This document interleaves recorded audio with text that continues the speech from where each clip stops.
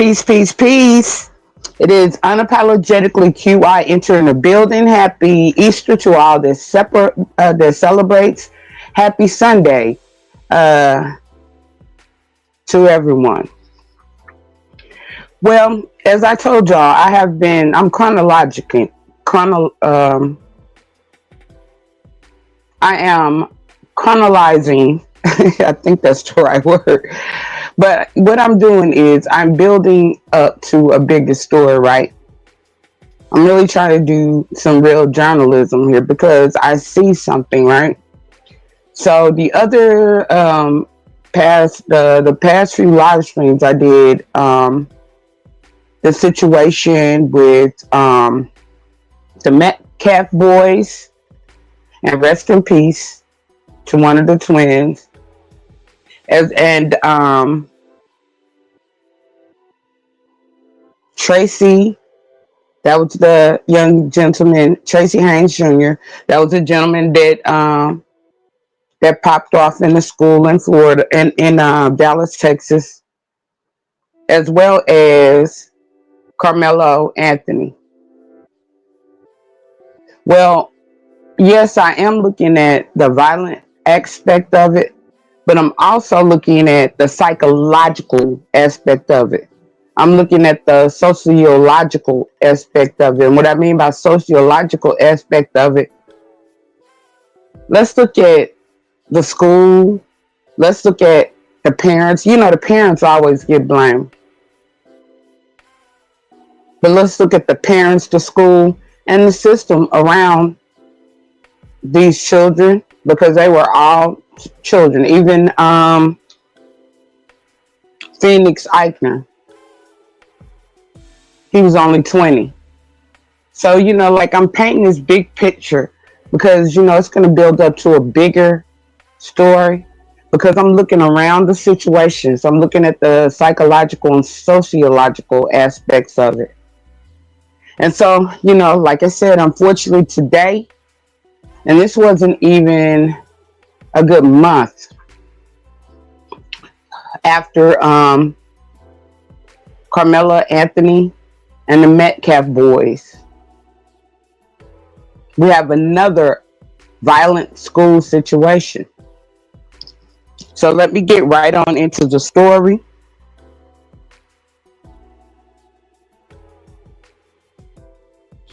Okay, Felix Ikner was 20,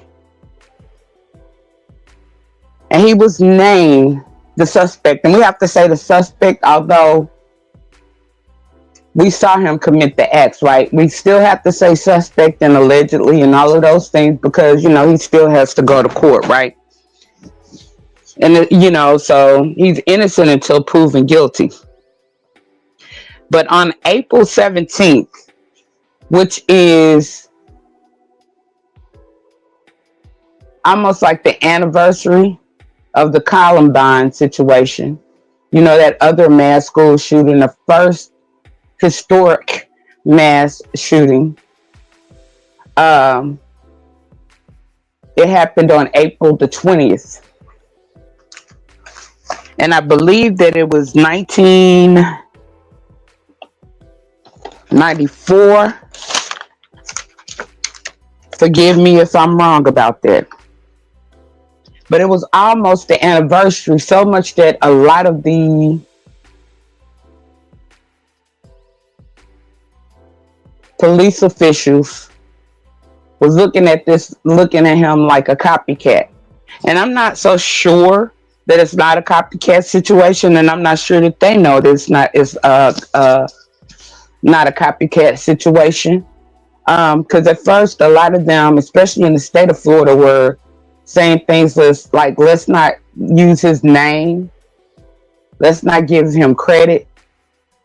Because in these copycat situations, these people want credit for that type of stuff. They want to be known for this type of stuff.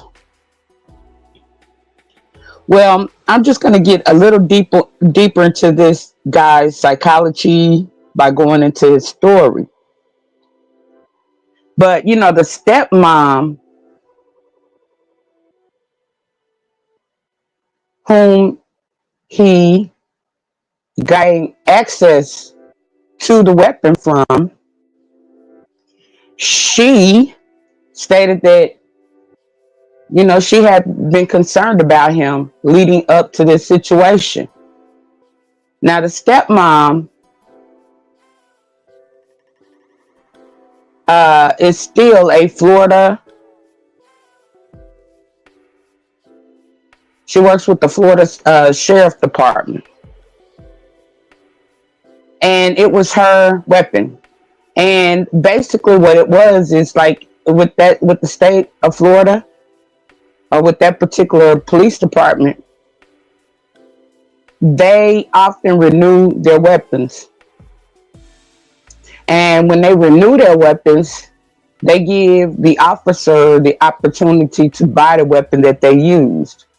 So that's what she did. Now, there was a lot of debates about whether or not, because this guy is 20, right? So he's not like a little kid, and then he's not like a teenager. I mean, he's a teenager. I mean, he's not a teen. He's 1 year from being at legal age, right? All right.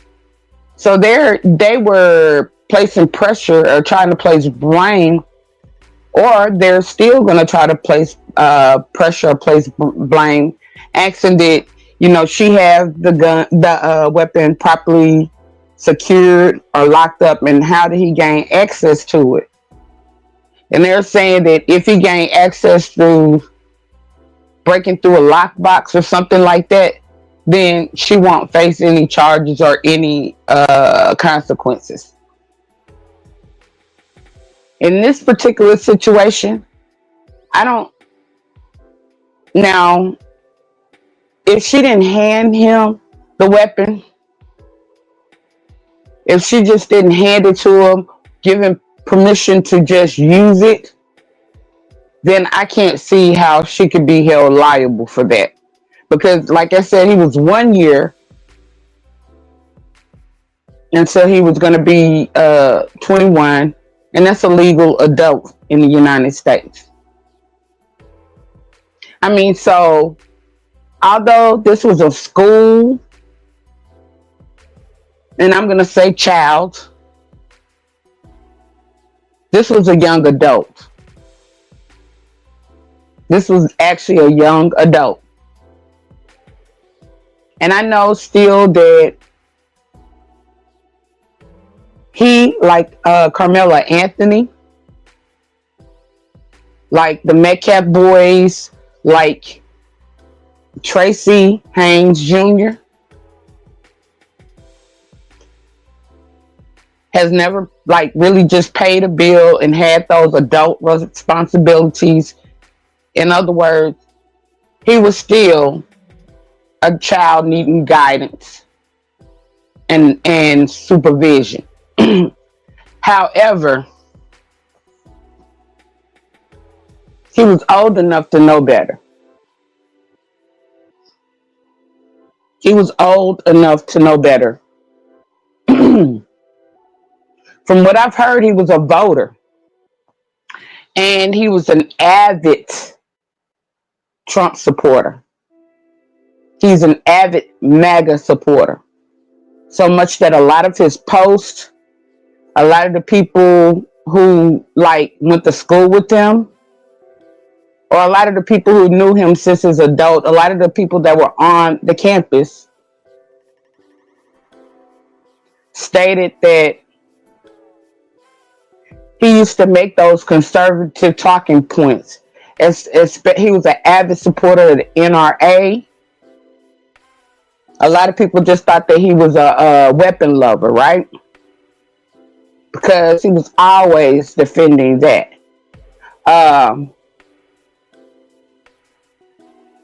And he wore camping gear.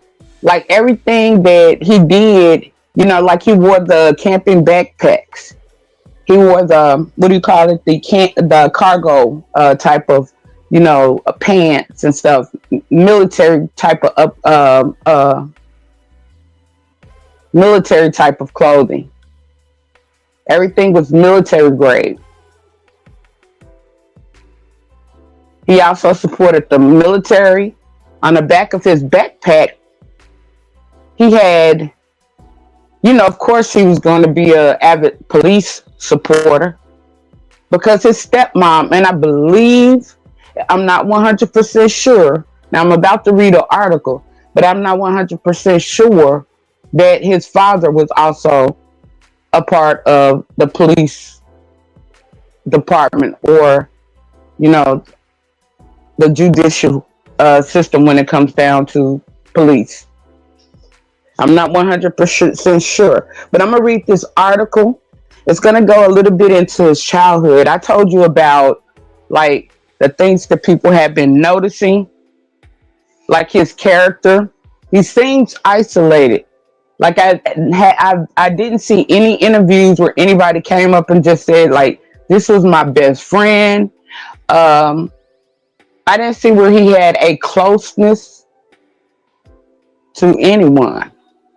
But this article may explain why that may have been.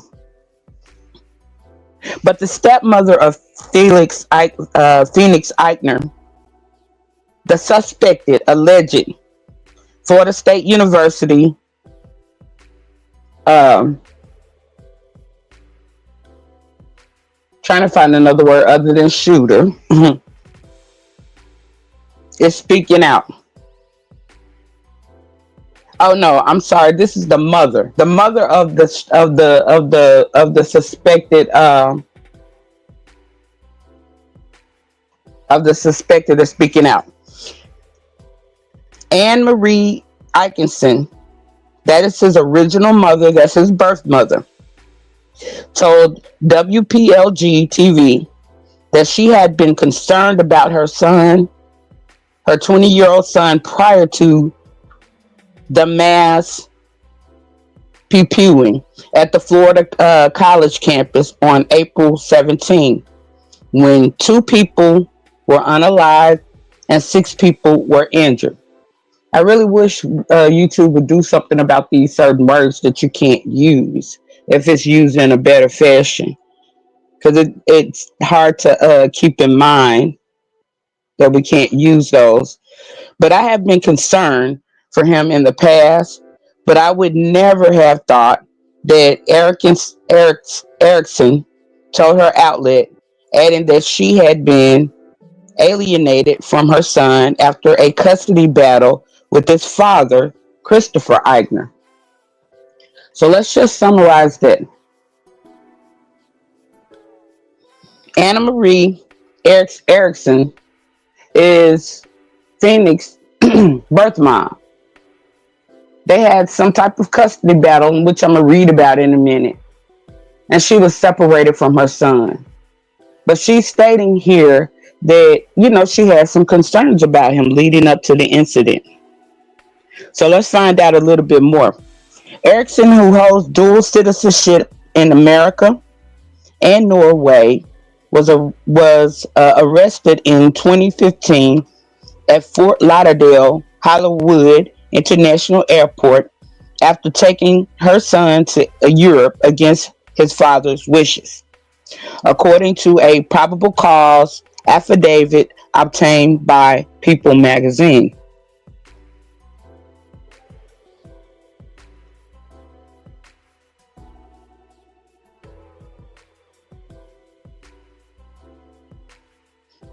Erickson had initially told Christopher, that is Phoenix's father, that she and Phoenix were traveling to South Florida for spring break, but instead fled the country, allegedly violating the pair's custody agreement.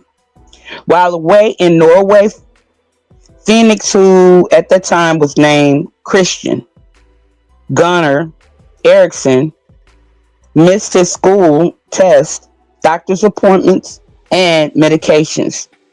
He was taken for diagnosed growth hormone disorder and ADHD, the document states. Okay, in summary, so basically,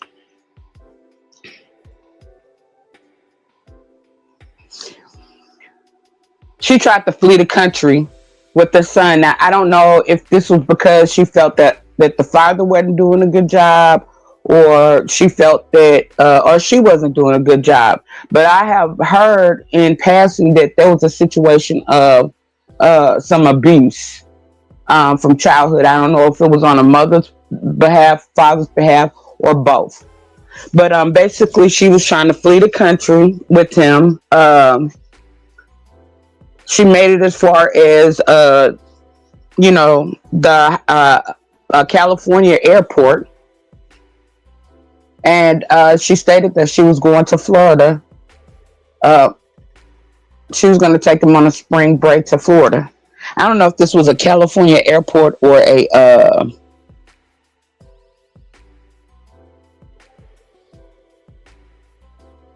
but she stated that she was going to take her son on a spring break to Florida, and they're alleging that her intentions were to go out of the country. While away in Norway, Phoenix, who at the okay, oh, and it's also alleged that he had a disorder. It was a home diagnosed growth hormone disorder, and he had ADHD. But the school alerted the father, Christopher, because he had missed some tests. He had missed some doctor's appointments and things of that nature. When she eventually returned to the United States, Erickson was sentenced after pleading to no contest to the charge of removing a minor from the state court records show. It's unclear whether Phoenix remained in contact with her following the kidnapping. Phoenix, who was believed to have been a Florida State University student, was named the suspect in the April 17th mass unaliving or mass powwowing at Florida State University in Tallahassee. He himself was hit by the police, and taken to the hospital following the incident. The two victims in the powwowing were identified as Robert Morales, a dining coordinator at Florida State University, and Turo Chaba, a regional vice president with Aramark Collegiate Hospitality. So they both were. One was a cafeteria worker, and one worked for the food service. Like most schools, they have like a food service. I'm familiar with Aramark.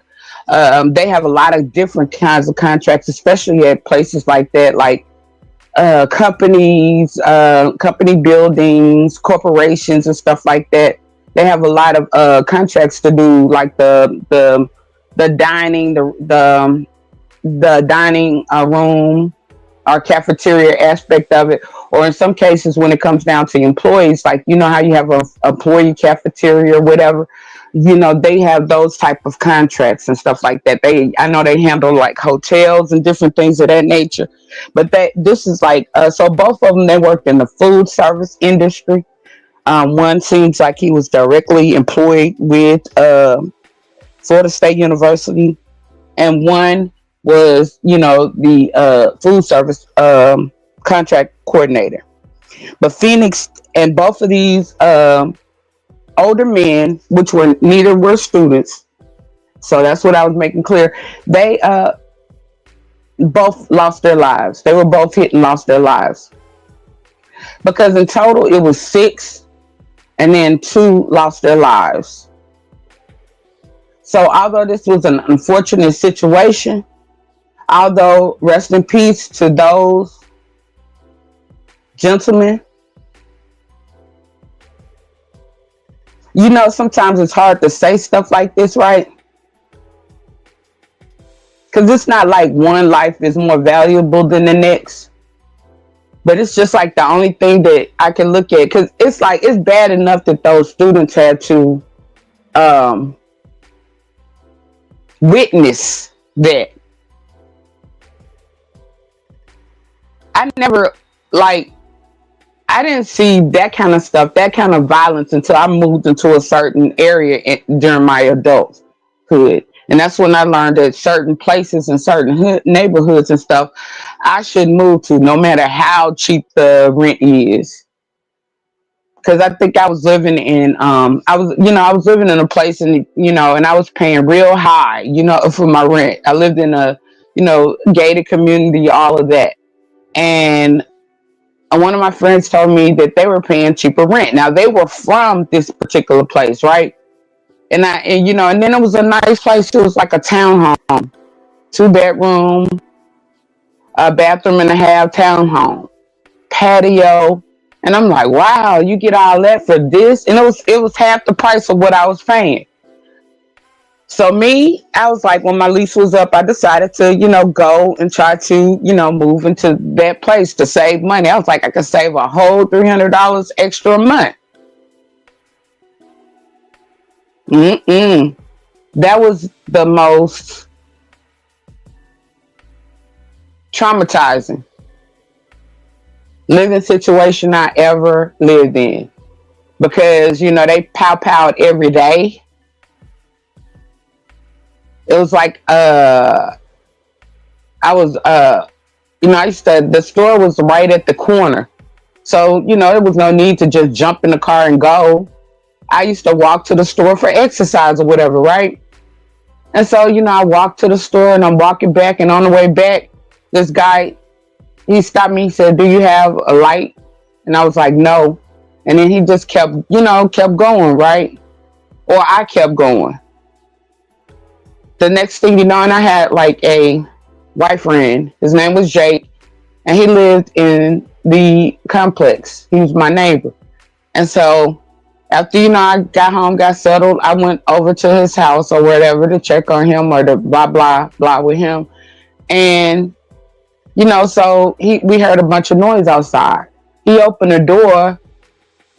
He saw a lot of people running, and he was like, "What happened?" And he was like, they just unalived lunch meat. So we didn't neither one of us grew up like that. We didn't immediately go out there, but we went out there, and that was my first time like seeing somebody covered up in a sheet. And so it didn't take me long to break that lease and to move. Because there was another situation that happened in that area as well, where this was a college student, right? And we used to talk all the time. We used to have intellectual debates and conversations all the time.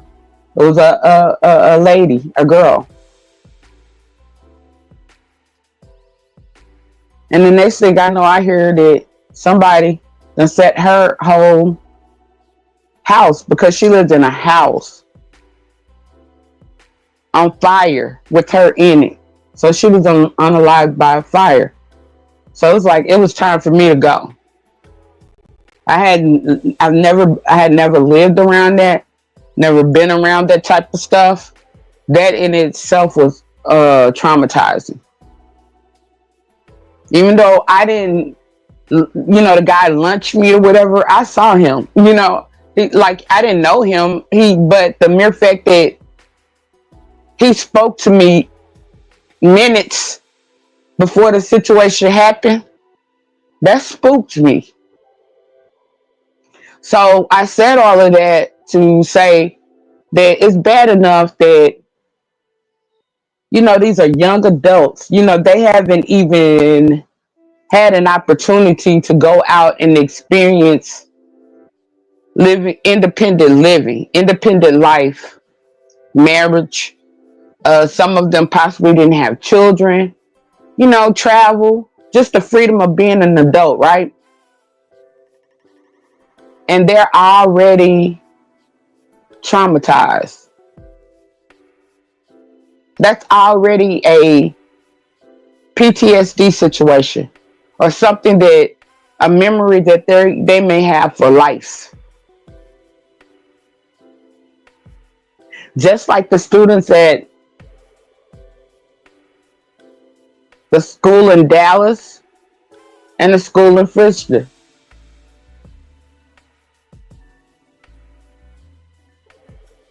You know, that's awfully young to see those types of things. And then just look at something. There are some people whom are older who may have never seen anything like this, because times are changing, things are changing. So it's like, what is it, and what can we do about it, and where are we going wrong? Now a lot of people are saying weapon control, because like Phoenix was an avid believer of like an avid supporter of NRA. He believed in having weapons, but I'm gonna continue to read, and we're gonna see exactly why he was not one to have access. And I guess this is why they're probably saying that, there's probably trying to look at blaming the stepmom for not securing that. This is maybe why, right?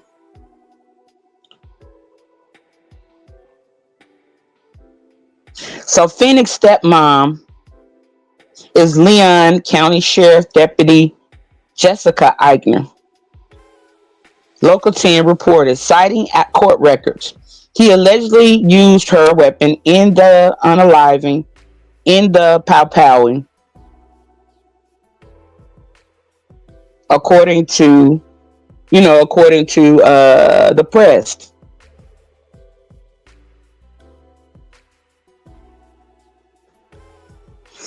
Okay, so from some of the articles and some of the news reports and things that I saw, Eichner had, of course, like if there was some kind of trauma or something that happened in his childhood. And I'm not sure if it was the mother that was being accused of also having some type of mental issues or some type of issues. But like I said, it was some abuse or something that had happened in his life. And so he grew up with issues. It's stated that he only had like a hormone disorder and ADHD, but I seem to think that it was much more than that. But Felix Eichner was a stern, hard Maga Republican. And basically, that's all he talked about, right? Was NRA and supporting his weapon rights and supporting Trump.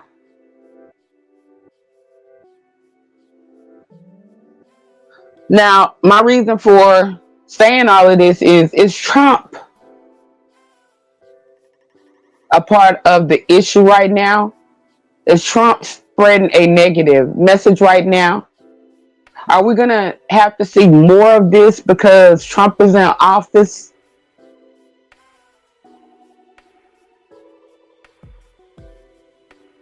How many more young people are we going to have to see lose their lives before something is done about this?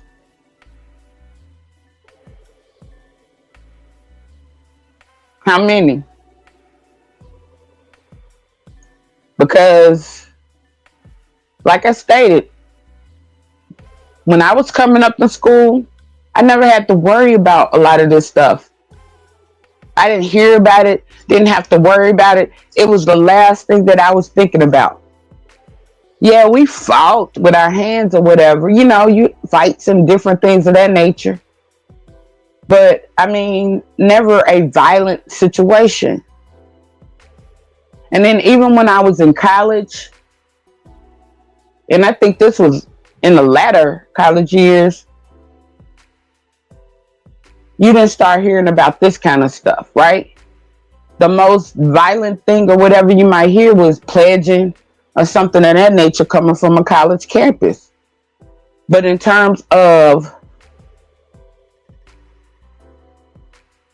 people losing their lives, children, college students, high school students, elementary students losing their lives to violence, especially violence with weapons.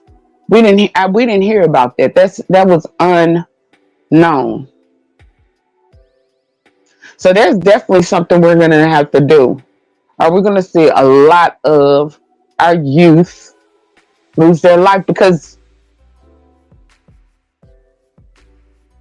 like I said, they haven't been out there. They don't have yet the critical thinking skills through experience. You know, they don't have that experience. Experience is the greatest teacher.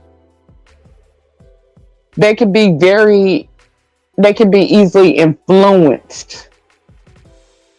Just like this guy, Phoenix, he was influenced by Maga, Doge.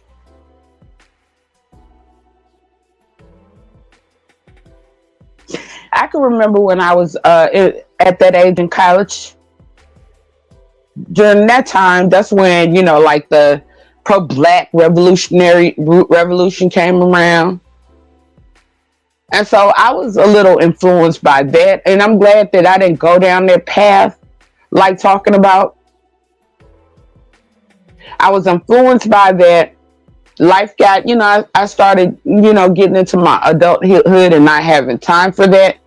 And then, and, you know, having to uh, work at corporations and different things, right? So it wasn't until I came to YouTube that I gravitated towards that again, the pro black conscious, because it's the opposite of MAGA, right? Pro black, and I call it pro black male only, is the opposite of MAGA. You got what y'all call white supremacists and black supremacists, right? And so when I came to the internet, by this time I could critically think. By this time I know how to research. By this time I'm not so easily to believe everything that I'm told. That's why, like I tell people that I'm from the conscious community, but you know, we called ourselves a part of the fraud committee, the fraud team. We was calling out frauds. We was calling out, like fake propaganda, lies, misleading, scamming. We were calling out things of that nature. And that's why I no longer, was a part of that, no longer am a, part of that community. And then, like I told somebody the other day in a live stream, or I talked about it the other day in a live stream, the conscious community at one time was the black community. So it like sort of grew into certain things. It grew into the B1. It grew into the BWE. It grew into the Manosphere. It grew into the black sector. It grew into the Umar sector, because all of these are spinoffs from the conscious community. Now, the only sector that I wouldn't necessarily consider a spinoff to the conscious community is the B sector. And that's because it was formed by T.S. Madison and Kaya. And, the conscious community was deeply against the LGBTQIA.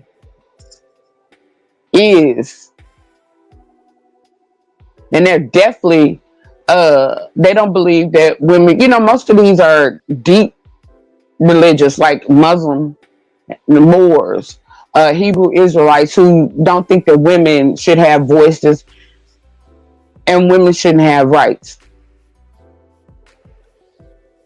So we're talking about Kaya, a black woman, rapper.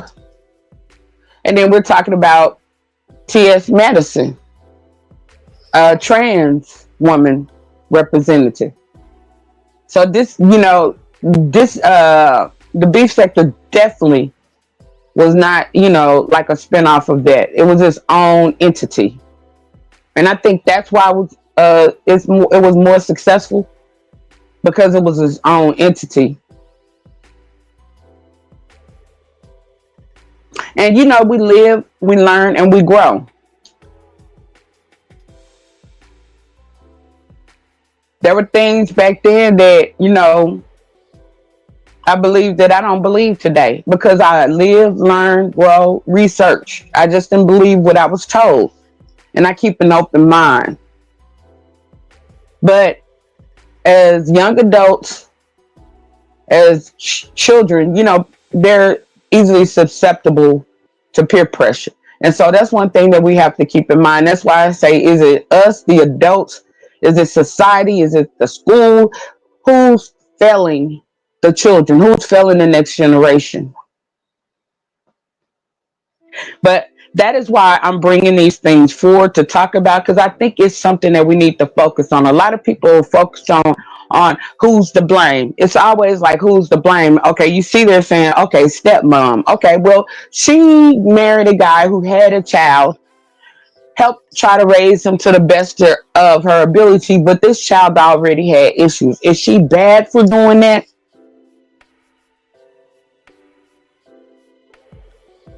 Now, I'm not sure what kind of parenting or household he had specifically, because that hasn't been talked about.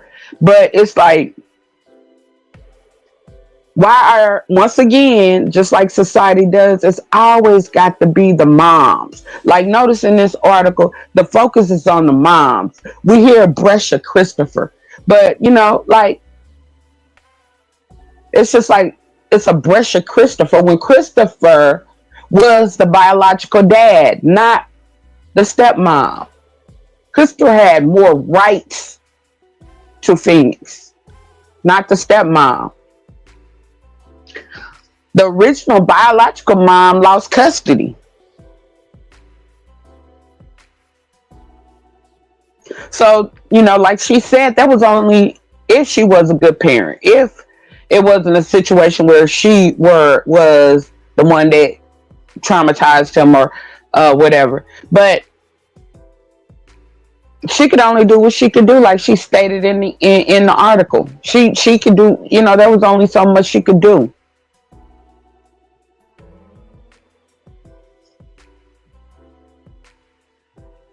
So, but it's always the focus is always placed on the mom when there are two parents, whether they're in the household or not, because he was raised by a two-parent household, whether it was his biological mom or not. I'm not sure about the Metcalf boys. I think that, but there was definitely some co-parenting with the Metcalf boys, to my knowledge. I'm not 100% sure on that. All right. Then with Carmelo Anthony, it was two parents. To my knowledge, with Tracy Haynes Jr., his father was definitely present there. And there was a woman there. I'm not sure if that was his biological mom or not, but there was a woman present there. So there was technically no single parent or single mother situations in any of these situations, because that's the first go to. And when they do that, they try to go to it not saying where's the father. They go to it placing all the blame on the mother, who probably has to work, especially if there's no other person in that household and she's not rich or anything, who probably has to work, probably multiple jobs, especially if she's not getting proper financial support to make sure that she could properly raise and feed her children. So why aren't people ever saying, where are the fathers? Why is the blame always placed on mothers? Why is it looked at like mothers should be superheroes, supermen, super women? Like they can do it all by themselves and they're supposed to do it all by themselves perfectly. Never the fathers. Then there's even situations where a lot of these fathers, they'll go out, get rich, and still ignore their children. Or they might financially help with the child, but not help with guidance. Because just because you're not in the home, it does not mean that That's, you get like they're paying and they think that's enough. No, that is not enough for a child. A child needs to know that their mother and father loves them, their mother and father cares about them, and their mother and father is concerned with their overall upbringing